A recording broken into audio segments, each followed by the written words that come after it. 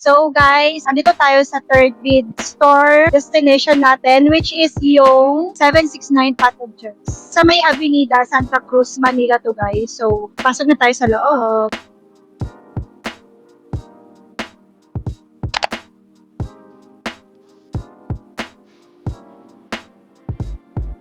In this video, I can show you the part of the shop where the most of the beads are because video recording is not allowed. I can only show you the entrance area of the shop. It's a bit sad because the place is really nice. It's cool inside and very spacious, especially in the beads section. They also sell a lot of beautiful beads like 500-gram packs. And they basically have everything you need to make accessories all in one place. So if you have the chance, just visit the shop so you can see the inside for yourself. Nandito na tayo sa fourth store which is yung DIY beads sa may Villalobos Street, Quiapo, Manila. So alam nyo na tong lugar na to kasi ilang beses na akong nakapunta dito. Ilang beses nyo na din tong napanood sa video ko. So ngayon, kukuha lang ako ng mga stock ko na naubos. Kukuha ulit tayo ng mga assorted beads. So yan, let's go.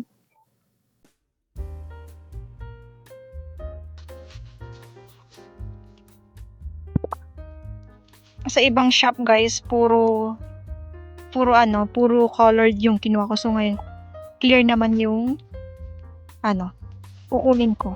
Ito guys, naubos yung ganito ko. So, kuha ulit tayo. 1.8. Okay, hindi ako nakakuha nito, strawberry. 180 din. Charan! Egg, kuha tayo egg.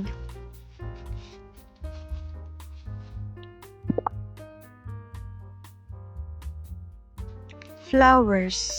Kuha na lang tayo ng tagdadalawa. Yan. Kuha strawberry.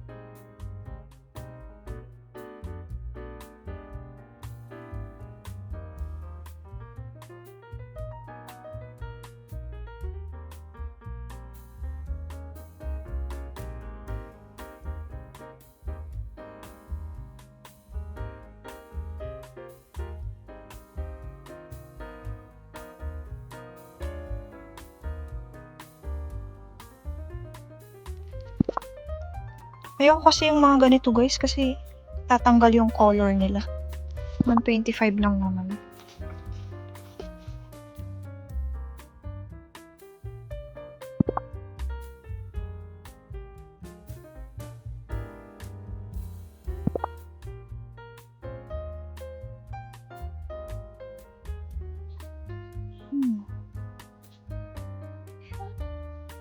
Ay, meron pala dito. So guys, nakita nyo to sa ibang shop na napagbilihan ko. So ito, 180 pesos dito. Kuha tayo ng cupcake.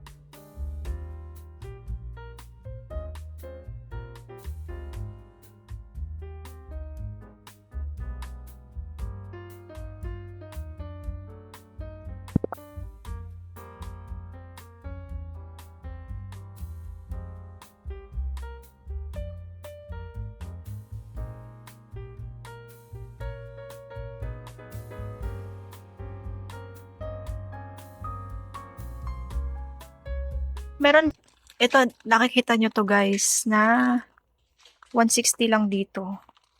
So, di ko alam, compare na lang natin later, kuha ko nito. Ito, 250. Kasi, ang 500 grams, bakit yun sa kabila? 500 yun.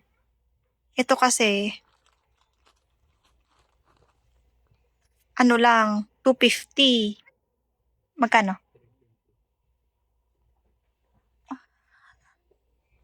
Kuha ko nito. So, mas mahal. Ito, 250. Mas mura doon kasi 240 lang yun. 500 grams. Ito, 500 grams na ito. Hindi, 250 lang. Kapag 160 plus 160, 320. Di. Ayan. Mura doon. Pero kukuha ko nito guys kasi gusto ko tong ganito. May paggagamitan ako niyan. Ito, sa akin na lang to. Pang stock ko.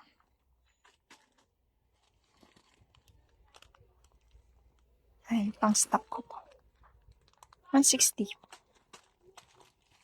Ilang grams to? 250 nga, ayan, tingnan mo. Tapos yung doon, 500 grams. Oo. Cute din neto, ribbon.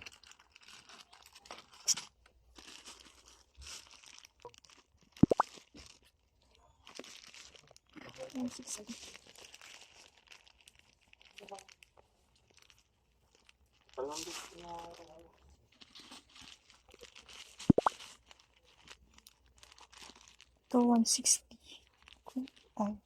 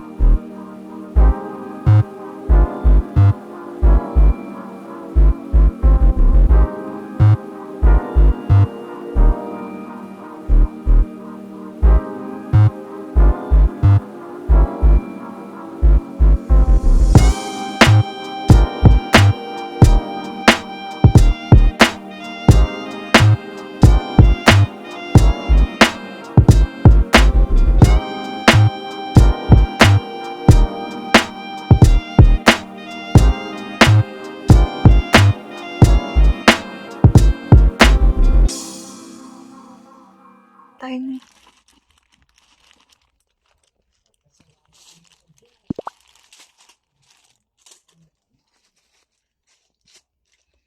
Pwedeng kuha din ako neto. 125. Yung mga 125 dito. Sabi ko sa'yo, hindi ka makakaano dun. Kukuha tayo nito. Dalawa.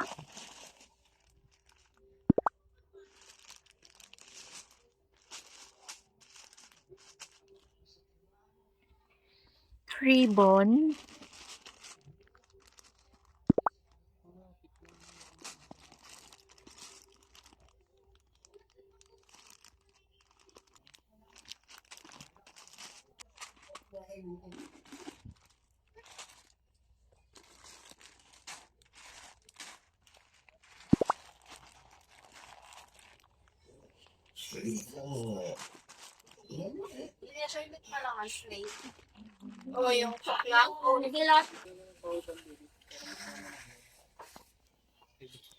Next tayo, sago.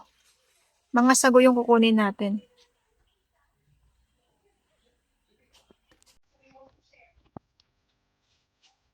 Akin na yung basket, be. Kuha tayo nito, star.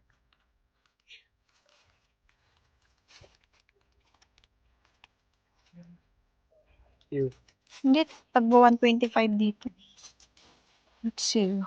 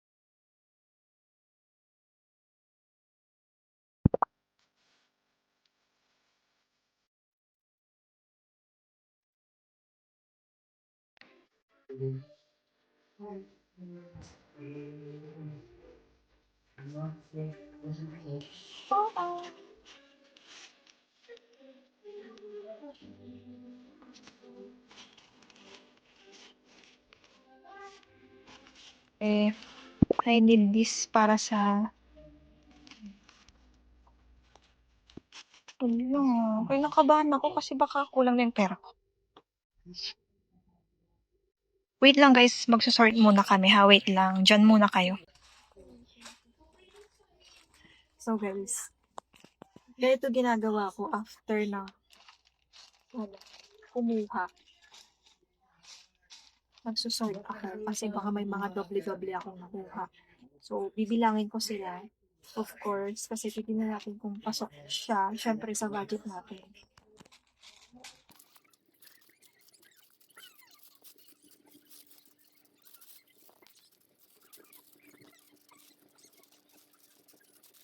Para Rosemary Lagrada at sa Lagrada family ng barangay niyo. Hello everyone! Ito lahat yung napamili natin sa 4 na bead store na pinuntahan natin. So, ang unang pinuntahan namin is yung Shy Studio. Pangalawa is yung GFF Jewelry. Pangatlo, Pot of Gems. And pang-apat, yung DIY Beads. Meron tayong 6 na plastic bag. Talagang dinamihan ko na yung binili ko guys kasi mabilis siyang maubos and matagal akong hindi makakapuntang Manila. Siguro next year na ulit ako makakapunta dito. And of course, para din ma-share ko sa inyo yung mga iba't ibang shop at yung mga beads na pinamili ko. Kasi hindi ko na pala ipapakita sa inyo yung mga laman ng mga plastic na to kasi may iba tayong video para dito. So, abangan nyo yon. Gagawa ako ng huge bead haul. Papakita ko sa inyo lahat ng laman at kung ano yung mga nabili ko sa mga shop na napuntahan natin. So, unang-una dyan, ang napuntahan naming shop is yung Shy Studio. So, ito yung mga nabili ko, guys. Ito. Naka 9 items ako and ang total ng binayaran ko is 2,500. Yung shop na yun, kung makikita nyo sa video, is open lang siya. Mabilisan lang yung video ko doon kasi kung nakita nyo sa video, sobrang lit lang naman ng shop, pero madami ding mga beads, iba't ibang klaseng beads yung binibenta nila. Yun yung unang shop na napuntahan natin. Second shop na napuntahan natin is yung JFF Jewelry. So, ito yung mga napamili ko sa JFF shop. Ito siya lahat. Ang dami. Ang bigat. Super bigat, guys. Bawal ako magbuhat. So, ito lahat, total ng items na to is 20 pieces na mga beads. Ang total ng binayaran ko dito sa lahat ng to is 3,800. Ang dami kong napamili and halos 500 grams yung napamili ko. Para sa akin, mas nakamura ako pag 500 grams yung bibilihin mo. Pagdating namin doon, halos walang tao. Ako lang yung nandoon na namimili. So talagang sinulit ko yung pagkakataon na mag-video and then mag-shopping ng madaming beads doon. And at the same time, madami silang ino-offer na different kinds of beads and affordable beads. So, third shop na napuntahan natin guys is yung Pot of Gems. So, kung mapapansin nyo sa video, intro lang or yung harap lang ng shop yung napakita ko sa inyo kasi bawal pong mag-video doon. Namili na lang ako ng mga iilang beads. And ang talagang nabili ko guys is mga organizer. Yung mga ganitong organizer guys. And mura yung mga organizer nila doon. Yung ganito kalaki guys na bead organizer. Sa online mabibili ko siya ng 280 to 300 pesos. Samantalang sa Pot of Gems, 190 pesos lang guys. Dalawang plastic bag yung napamili ko sa Pot of Gems. Itong isa is puro organizer lang. And dito sa isang plastic is puro beads. Hindi ko na sila ipapakita sa inyo kasi sa ibang video ko sila ipapakita lahat-lahat. Bali 10 items ang nabili ko sa Pot of Gems and ang total is 1,860 pesos. Feeling ko lahat ng hahanapin nyo para magbuo ng accessories or yung mga buong accessories na doon guys madami. Sayang lang dahil hindi ko napakita yung buong shop na yun. So yun yung third bead shop na napuntahan natin. And lastly, of course, hindi mawawalang puntahan natin DIY beads. Ang ating all-time favorite na puntahan. So, ilang beses nyo na itong nakita sa mga videos ko kasi doon lang halos ako namimili ng mga beads. Ayan, dalawang plastic bags sila na malalaki guys. Ayan.